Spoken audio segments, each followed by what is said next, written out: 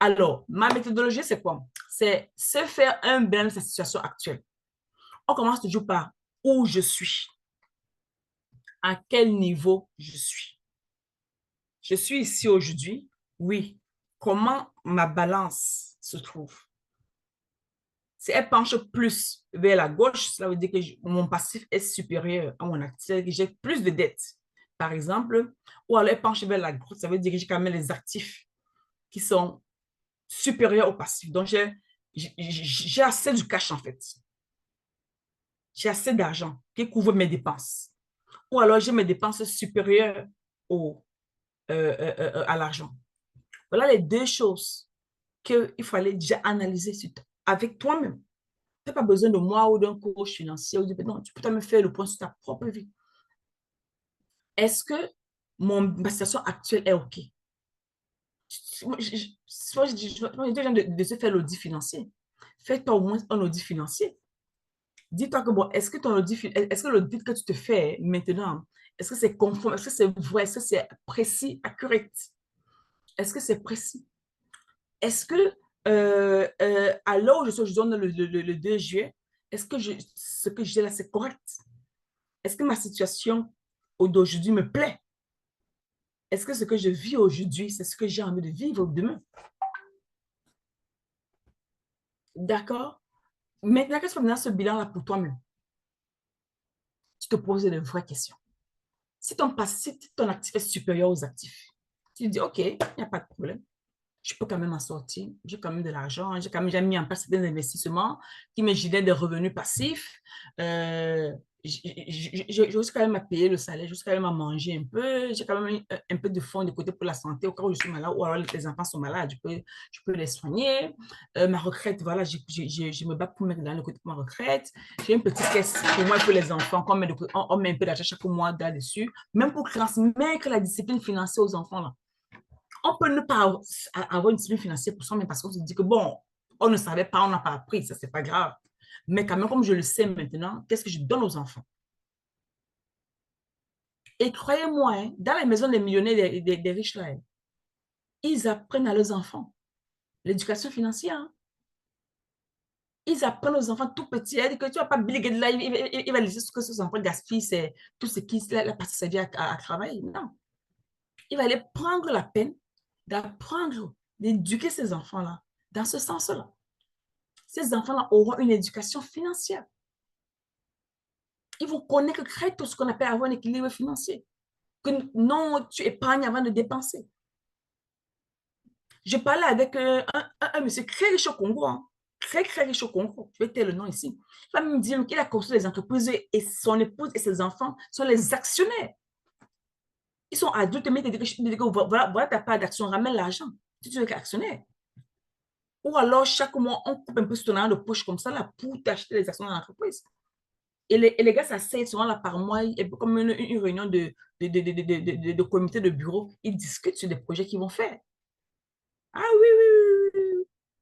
Et ils disent aussi qu'à la rentrée scolaire, ils demandent aussi à ses enfants de leur faire une liste de ce qu'ils veulent pour l'école quand ils étaient petits. Et ils disent que ça se peut acheter une fois par an. Tes chaussures, tes vêtements, on achète ça maintenant. Il n'y a pas qu'on achète encore ça pendant l'école. Si tu oublies, c'est ton problème. Voilà comment, en fait, on apprend en fait, ce qu'on appelle la discipline aux enfants.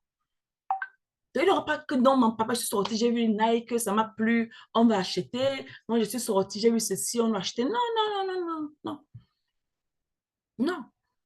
Donc, c'est pour ça que je disais plutôt que si vous n'avez pas pu avoir la caisse, mais au moins, apprenez à vos enfants à économiser.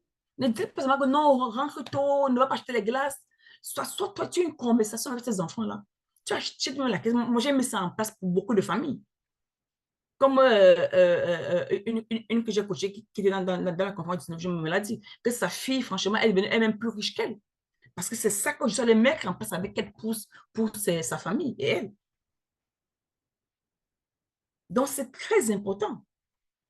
Quelle est ma situation? Et chaque peut-être 1 an ou 2 ans, selon l'âge de l'enfant, faites un peu comme les cours éducatifs dans la maison. Un peu comme on apprend aux enfants à prier, quand on apprend aux enfants à lire la Bible, on leur explique, n'est-ce pas? Le livre de la Bible, ce que Dieu, ce que Moïse a fait, ce que Joseph a fait, ce que Job a fait. Ça rentre aussi progressivement dans l'éducation de cet enfant-là. Les finances, la gestion financière. Que quelqu'un il a 1000 francs ou 1 € ou 5 €, il ne doit pas seulement dépenser. Tout progressivement. Il faut se dresser un bilan de son projet de vie. C'est très important. Quel est ton projet de vie? Qu'est-ce que tu veux réaliser pour toi? À quel moment aimerais-tu les réaliser? On dit souvent que c'est la loi de finances, n'est-ce pas? Que entre 20 ans et 30 ans, tu peux avoir une source de revenus, il n'y a pas de problème. Mais entre 30 et 40 ans, tu dois avoir au moins 3 sources de revenus. Tu peux avoir un salaire et 2 sources de revenus. Que tu auras commencé à travailler entre tes 20 et 30 ans pour mettre ça en place. Si tu ne le sais pas, pendant que tu travailles sur pour toi, si tu as une maman qui a quand même les enfants qui sont quand même grands, éduque maintenant au fur et à mesure, c'est plus petit. Il faut leur dire, hey, tiens, tu as quand même 18 ans, hein, tu penses que on peut pas quand même prendre un appartement à ton nom en ce moment, c'est parce qu'on a quand même pu économiser de l'argent de côté. Alors, comme tu es jeune, tu travailles là, je crois que quand même si tu veux rester ici à la maison, quand même bien de prendre ce projet-là, tu peux mettre en location. Voilà. Et quand on éduque les enfants par l'exemple, s'il a passé son temps à voir sa mère faire certaines affaires, n'est-ce pas? Je pense qu'il va franchement pour, vouloir faire les choses différemment. Moi, je pense. Donc, s'il vous plaît, moi, je pense que c'est assez important, n'est-ce pas, de faire les choses différemment. Toi, il faut chercher à optimiser ton cash. Quand on dit optimiser le cash, ça veut simplement dire qu'est-ce qui est bien. Quand tu as ton argent, tes 100 000 francs là, est-ce que je ne peux même pas mettre d'abord 15 000 francs de côté? Est-ce que je suis obligée de m'acheter ces chaussures-là? Est-ce que les funérailles là, je peux quand même partir, mais j'ai 3 funérailles ce mois-ci. Est-ce que je peux aller à tous les funérailles? Est-ce que j'ai l'argent nécessaire pour partir à ces funérailles-là? Est-ce que je peux me faire représenter? Je peux seulement envoyer ma contribution. Vous posez ces questions entre vous-même. Vous pensez que si vous n'avez pas de quoi manger, vous allez aller au funérailles chaque week-end? Ceux qui perdent le boulot en Afrique, ils vont au funérailles chaque week-end sans argent. Sont quand même réalistes. On veut être sentimentaux, on veut bien aimer nos familles, nos amis, tout cela.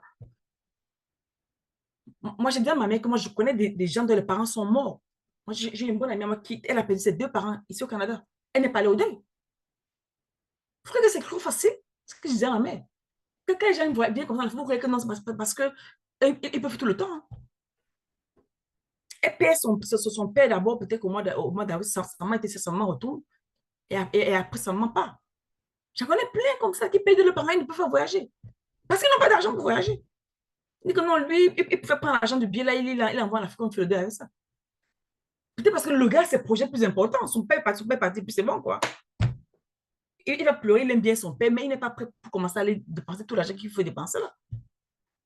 Peut-être qu'il n'a même pas de boulot, il ne veut pas vous dire qu'il n'a pas de boulot. C'est ça que je dis que est-ce que même là-bas en Afrique, quand les gens vont au funérailles, est-ce qu'ils ont la capacité financière de le faire? On ne va pas partir et voyager, puis revenir, commencer à réfléchir avec on va payer la maison et où nourrir les enfants.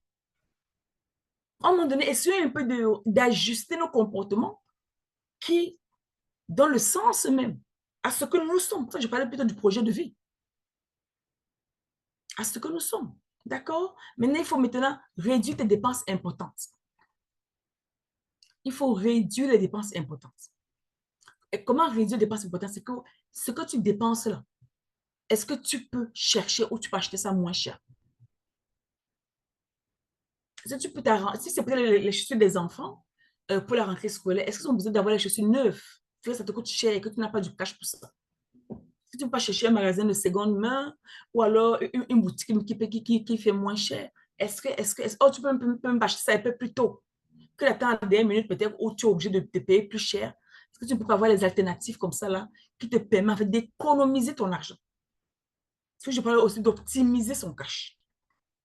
D'accord? Est-ce qu'il y a des questions? Le volume est bon? Un en commentaire. Un.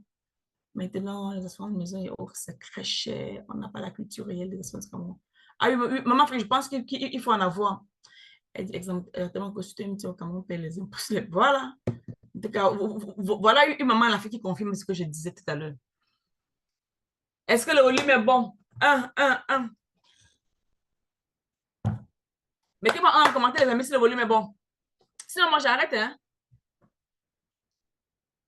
Sinon, on ferme le chat et puis on continue. Est-ce que le volume est bon? On écrit un en commentaire. Est-ce que le volume est bon? Un. Écrivez seulement un, j'avance. Un.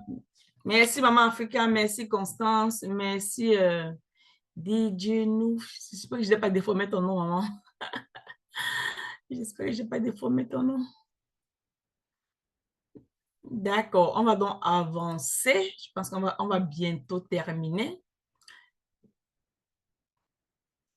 Maintenant, moi j'appelle ça le timeline. Je crois que c'est un mot en anglais. Donc, je n'ai pas voulu me prendre la tête pour chercher le mot en français. Quel est le plan? Parce que moi, j'aime souvent foncer avec le plan.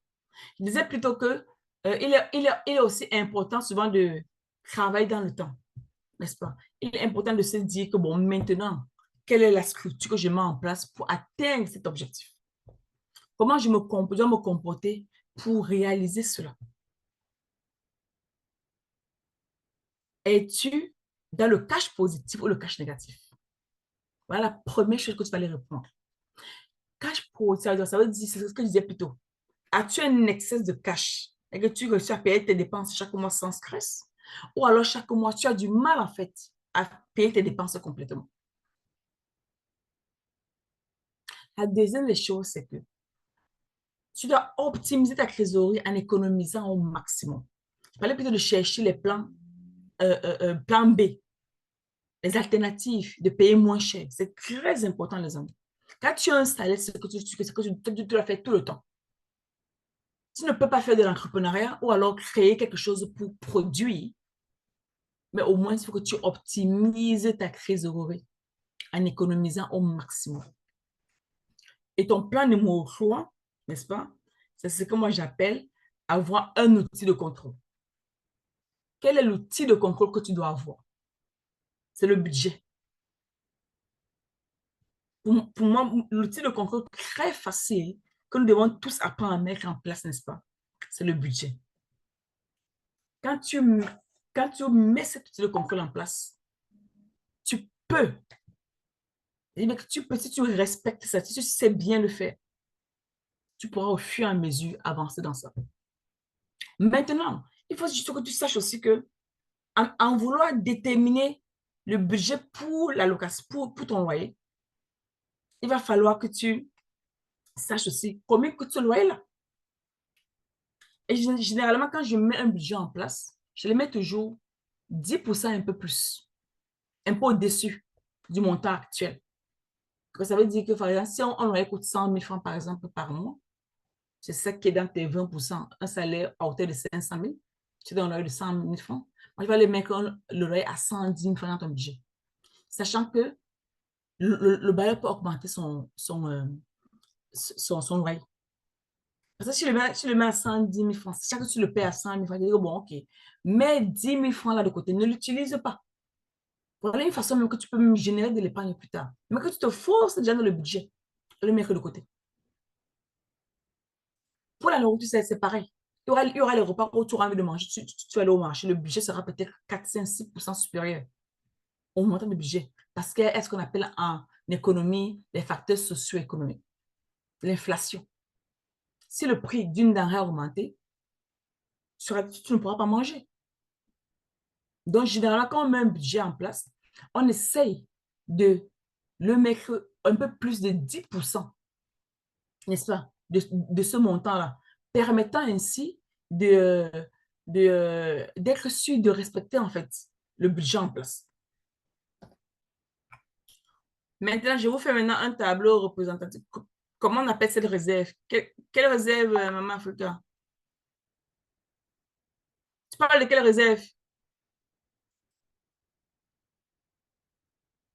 J'ai une question de Maman Africa. Tu parles de quelle réserve, Maman Africa? Elle dit comment appelle-t-on ces réserves? C'est comme le côté pour gérer les inflations. Euh, Ce n'est pas une réserve, en fait, c'est que tu augmentes seulement 10% non, du montant que tu es supposé, mais parce que le budget, en fait, se calcule à la base du montant actuel. Tu vois, non? Par exemple, tu sais que ton loyer coûte 100 000 francs, tu mets 110 000 francs de côté. Mais que quand tu payes ton loyer, tu laisses 10 000 francs dans l'enveloppe. Mais dans ton salaire, tu peux retirer 110 francs, tu mets ça dans l'enveloppe loyer. Tu vois, non? Donc, généralement, quand je dis que les gens sont en Afrique souvent, je te dis, retire ton salaire dans ton compte bancaire, crée-toi la méthode des enveloppes. Si là où tu es, on n'ouvre pas du cash, bien sûr. Dans une maison où c'est safe de garder du cash à la maison, crée-toi la méthode des enveloppes. Tu mets une enveloppe loyer, une enveloppe nourriture, alimentation, une enveloppe transport, une enveloppe retraite si tu veux. Après, tu peux mettre ton compte bancaire pour la retraite, une enveloppe fonds d'urgence ou santé. Il faut aller mettre tout ça en place. Maintenant, pour le loyer, comme je disais plus tôt, tu sais que ça coûte 100 000 francs. On va aller créer un budget de 110 000 francs. Chaque mois, tu retires les 100 000 francs du budget, tu peux le remettre. Tu vois, et tu laisses 10 000 francs tout le temps dans l'enveloppe là. Le jour où le vieux va augmenter son loyer, tu seras déjà préparé. Tu n'auras pas encore à réfléchir ou alors à refaire le budget parce que tu vas aller réfléchir ou tu vas aller récupérer les 10 000 francs. Non. Parce que généralement, le loyer, souvent, normalement pas tout le temps, mais comme la nourriture, souvent, le prix grimpe. Le prix de la nourriture, souvent, ça, tu vas faire les courses ce mois-ci, les prix ont changé, le mois prochain, les prix changent, donc tu n'as pas le contrôle là-dessus. Alors que le loyer, tu peux peut-être avoir la notice, tu vois, et tu décides de déménager si tu veux. Tu peux déménager, aller prendre un loyer moins cher. Mais pour la nourriture, il faut que tu manges. Tu n'auras pas le choix que de manger. Donc, tu es obligé de payer le montant que le marché t'offre. Et notre rôle maintenant, en tant que les personnes qui travaillent sur les budgets, c'est d'aller anticiper, en fait, cette montée des prix-là. D'accord, c'est bon? Le volume est bon? Question, c'est bon? On peut avancer? Hum, Est-ce qu'on Le peut avancer? réseau C'est bon? dérange tellement. Hein, le Le réseau, réseau là. dérange. Oh là là. Ah, il y aura le replay, les amis. On va refaire. Donc, le volume est bon, d'accord. Maintenant, je posais maintenant ce que j'appelle les résultats. Ça, c'est une représentation graphique des charges allocatives de la maison. Aujourd'hui, on parle de l'équilibre financier sur tes finances personnelles. Même les entrepreneurs font ça. Toutes les entreprises font ça. Quand tu es un directeur financier quelque part, tu dois aussi travailler sur la réduction des coûts. Et après, il faut aussi que l'équilibre financier marche aussi avec les coûts. D'accord? Maintenant, quelle est la présentation graphique des charges allocatives de la maison? Celui-ci, 50, le plus grand, c'est le loyer. Comment j'explique ça en fait? Cette personne, en fait, paye son loyer à 50%. Il a un salaire de 500 000, mais il paye son loyer à 250 000. Et pensez-vous, et il paye la nourriture à 150 000. Vous voyez? Rien qu'à la nourriture, le loyer, il est déjà à 85%, pour le dire 90%, 85% à peu près de son salaire. L'argent est fini. Hein. Vous pensez que la personne, s'il est à risque, ou alors elle va s'en sortir? Qu'en pensez-vous? Elle est à risque ou elle va s'en sortir? Écrivez dans les commentaires. Cette personne est à risque ou elle va s'en sortir?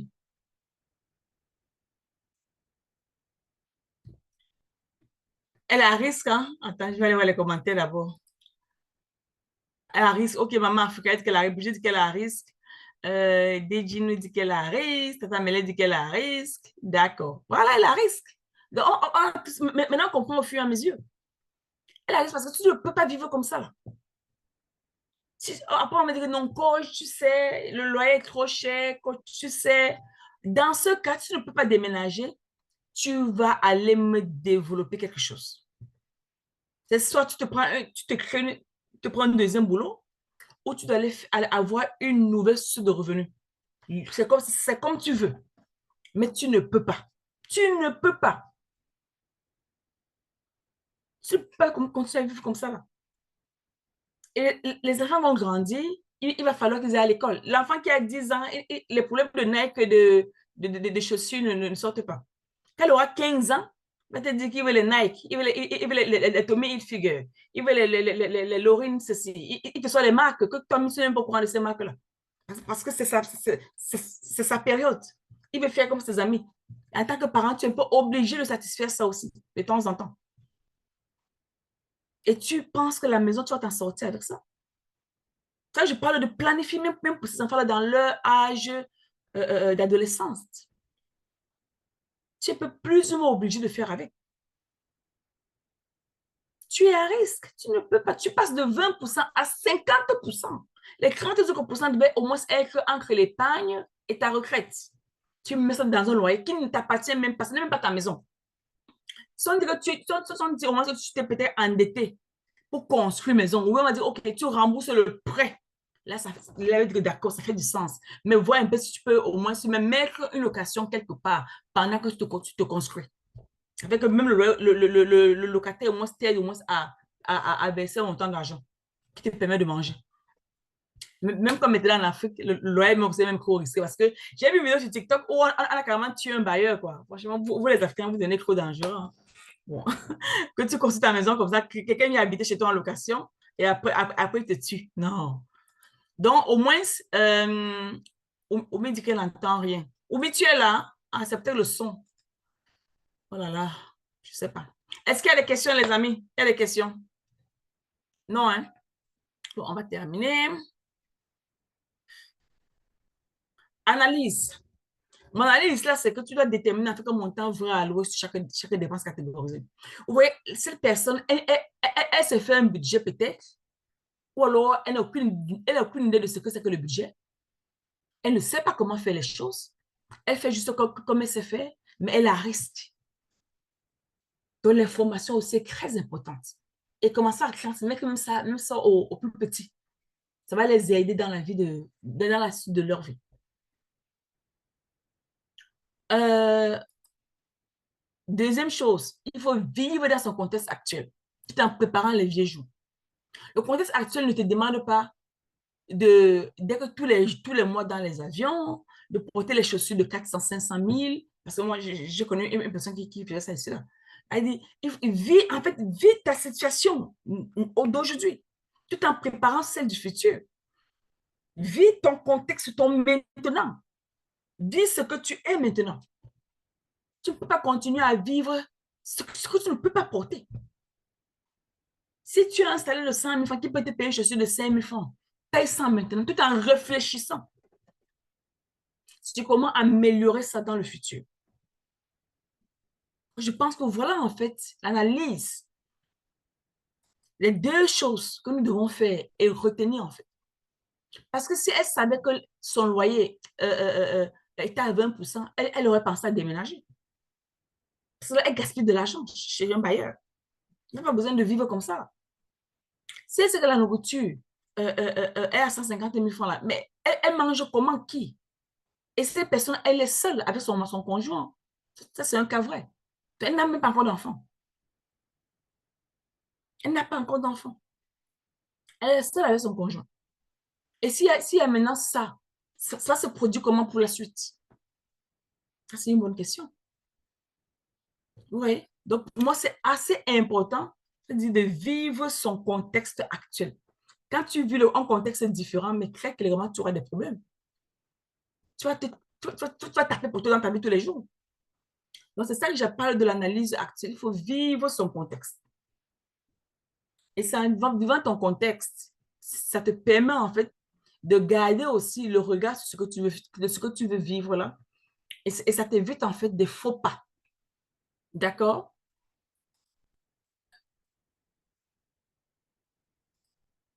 Alors, ma conclusion ici là, c'est quoi? Pour améliorer son équilibre, il faudrait préparer tes investissements futurs. Quand tu prépares tes investissements futurs, au moins si tu es prête dans ton contexte actuel, comme je parlais ici un peu plus tôt, vivre son contexte actuel. Ça te permet aussi de préparer tes investissements. Quand tu sais aujourd'hui que tu as un salaire minime, que tu allais peut-être aller vouloir travailler pour générer ce second salaire ou cette nouvelle source de revenus, Tu ne vas pas t'amuser avec ça. Tu vas aller vivre ce que tu as aujourd'hui et préparer les vieux jours. Après, il va falloir que tu renforces ta compétitivité. Ça, c'est plus aux personnes qui sont sur les postes aussi, hein. On ne peut pas travailler sur un poste pendant 15 ans, 20 ans. On ne travaille pas ce soir. Quand je parlais de deal, une là qui est passée dans mon bootcamp, je crois, 2 fois aussi, l'année dernière, et je crois qu'elle est aussi dans le groupe, qui a pris l'assurance pour sa fille, d'éducation pour sa fille. Vous voyez, elle a compris son salaire actuel. Elle a pris mes formations, je l'ai accompagnée une fois. Maintenant, elle lance le projet agriculture. Elle a été chez ses parents pendant très longtemps. Elle a quand même pris un loyer à elle-même. Donc, elle a quand même eu un regard différent. En comprenant son contexte actuel, elle a pris à... Elle faisait des tontines de 5 000 francs, 10 000 francs. Je dis que non, arrête ça, va te faire une tontine peut-être qu'elle est plus grand. Quand tu bouffes un grand montant d'argent et que tu vas investir ou tu vas faire un projet avec ça, que c'est réalisable. Au moins, tu te seras sacrifié pour un vrai but. On allait retravailler ses finances à fond. Là, maintenant, elle me dit qu'elle prend des cours sur la bourse. Mais je suis très fière. Ouais. Elle dit qu'elle part renforcer sa compétitivité. Elle travaille dans les ressources humaines. Donc, du coup, elle a choisi de devenir entrepreneur. Parce qu'aller faire de l'agriculture, c'est aussi comprendre le sol. La terre, elle avait un terrain qui était là en Afrique comme ça, qui chômait. Elle allait nettoyer le terrain. Elle met de la culture en terre. Elle va vendre la récolte. Aujourd'hui, je suis très fière d'elle parce qu'une personne qui, qui ne s'est pas encore mariée, mais qui vivait encore en famille, elle dit non, pour ma fille, il faut que je change d'environnement, il faut. Et puis, elle allait revoir des choses et elle dit ça, il faut qu'on le fasse. Aujourd'hui, croyez-moi, c'est voilà, le genre de résultat que j'aime voir avec les personnes quand je travaille avec et on met en place ça. Vous êtes content. Aujourd'hui, elle m'écrit, elle me dit franchement, coach, si tu peux apprendre la bourse, je n'ai pas le temps pour t'apprendre la bourse, même pas le temps. Je ne veux même pas faire pour ça, parce que je n'ai pas le temps de préparer les contenus de la bourse.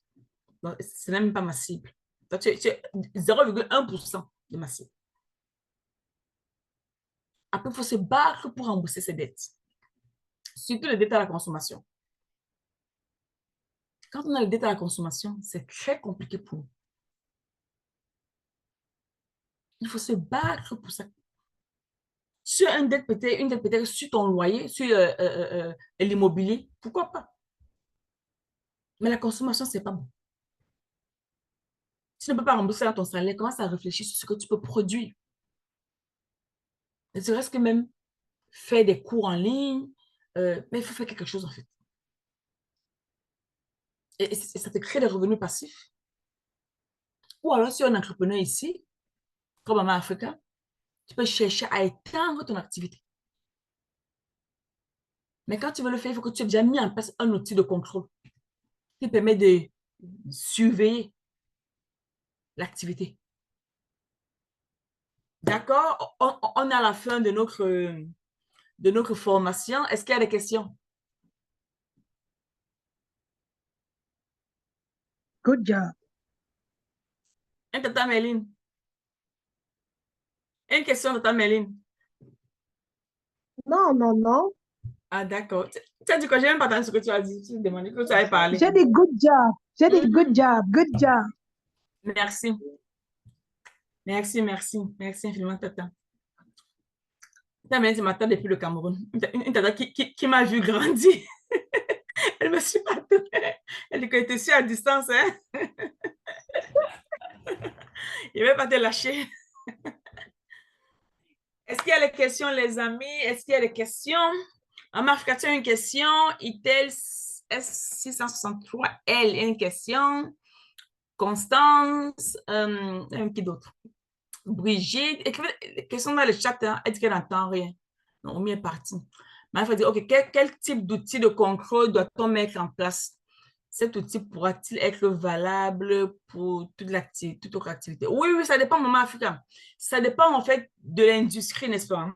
Comme tu le contrôles, bon, ça, maintenant, ça rentre dans le contrôle de gestion, ce que je vais te dire là. Il y a les tableaux de bord concrets. C'est typiquement le contrôle de gestion. Et tableau de bord concret pour contrôler tes recettes et tes entrées. J'en parlais avec une de mes amies au Cameroun, la grande de Florentin. Ma tante la connaît. Elle m'a dit en fait qu'elle veut suivre la comptabilité d'un restaurant.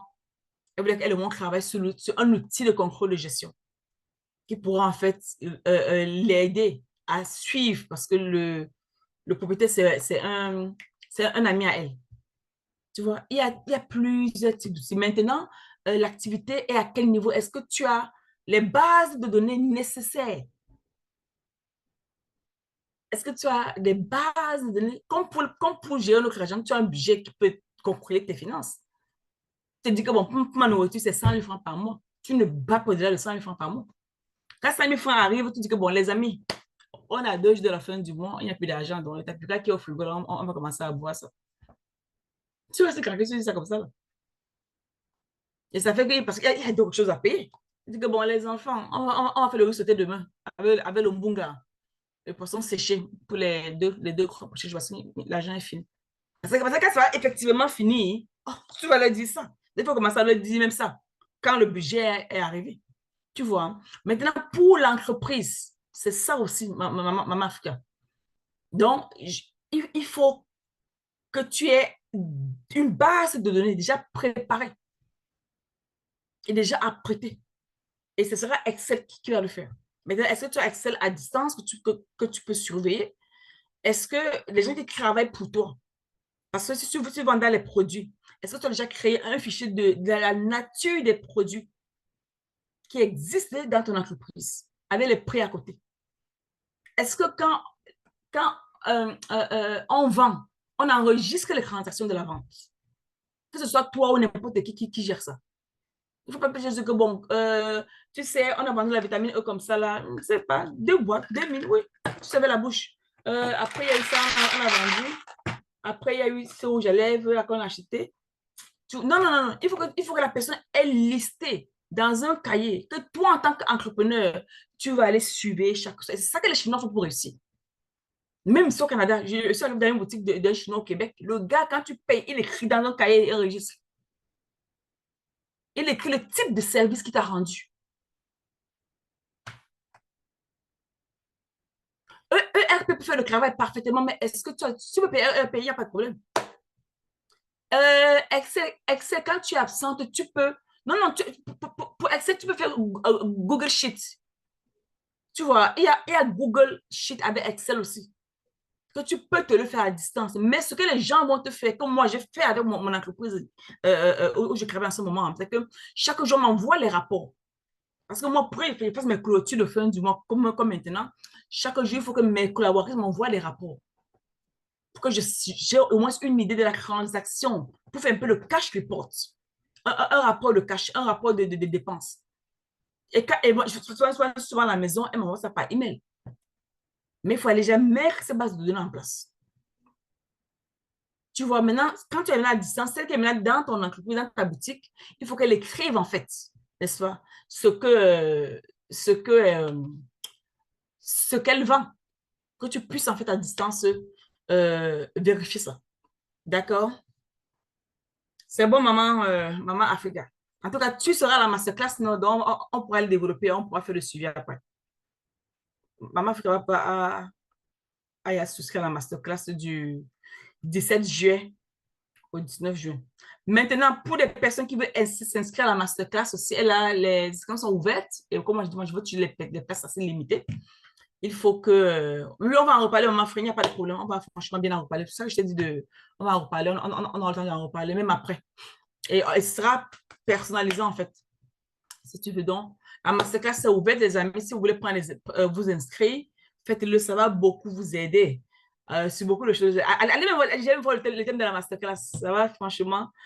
C'est un sujet que j'aime beaucoup. Les finances, hein. Moi, j'adore l'argent. J'aime parler, j'aime aider les gens aussi à avoir de l'argent. D'accord? Est-ce qu'il y a des questions, les amis? Est-ce qu'il y a des questions? Est-ce qu'il y a des... Est-ce qu'il y a des questions? Est-ce qu'il y a des questions? Est-ce qu'il y a des questions? Est-ce qu'il y a des questions? C'est bon, il y a ma fille qui était grosse. C'est comme si c'était pour elle aujourd'hui la formation, hein, parce que Maman Africa c'est elle qui a peut-être plus, c'est elle qui est rentrée dans plus de questions, de débats avec moi. Il n'y a pas de question, c'est bon. Le volume est bon. On peut se séparer.